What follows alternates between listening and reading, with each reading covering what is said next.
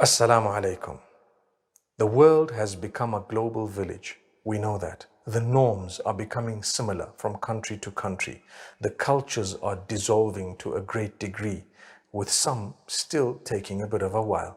But remember one thing, when you're getting married, the Prophet ﷺ always teaches us, look for someone who is similar to you, similar in certain ways, their habits perhaps, similar in their financial standing, similar in their religious dedication, similar in their lineage to a great degree, and so on.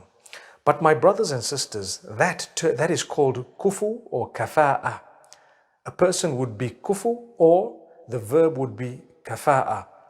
Remember, it is important for us to follow that instruction, but some people use that as an excuse to deny a cross-racial, cross-cultural marriage. Now that's not Islamic, because for as long as these people who belong to a different race, so it's cross-race, interracial marriage, for as long as they've been brought up in a similar way, say you were both brought up in London, you were both born and raised in New York, for example, both of you were born and raised in Australia, and you went to the same schools, you went through the same system, you had the same norms. Your parents might not have had those norms, but you've had them and you've brought up together.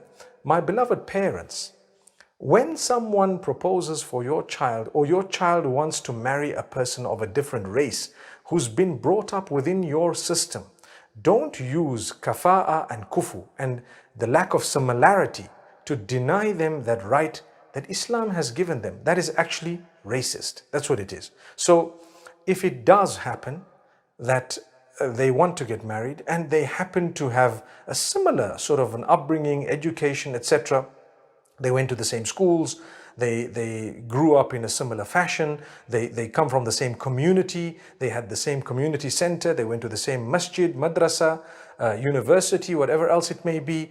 The norms are quite similar these days. So the disparity is not that huge. But where you have those people who are strictly cultural and the children themselves are also that cultural, then perhaps you may want to tell them this thing is not going to work. But let's not be racist, and let's understand Allah subhanahu wa ta'ala created all of us and He created us equal. Yes, we are encouraged to look, like the Prophet ﷺ says, at some form of similarity, but don't use that as an excuse to deny someone their right. Similarly, we're never allowed to impose on a person, never allowed to impose on a person marriage. So a groom cannot be forced, the bride cannot be forced. Don't ever force them, no matter what.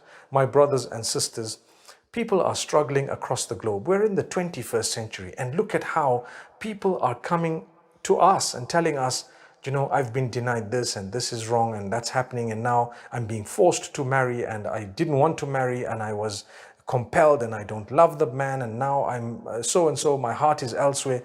These type of things are not supposed to be. Listen to your children, talk to them, communicate with them correctly.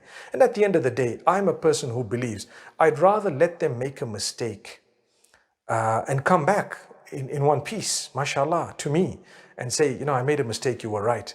Than for them to lose their minds and become depressed and become, patients of mental health with me being the cause. May Allah subhanahu wa ta'ala protect all of us. I pray that Allah protect us also from racism and from various types of wrongdoings in this regard. أقول قولي هذا وصلى الله وسلم وبارك على نبينا محمد والسلام عليكم ورحمة الله.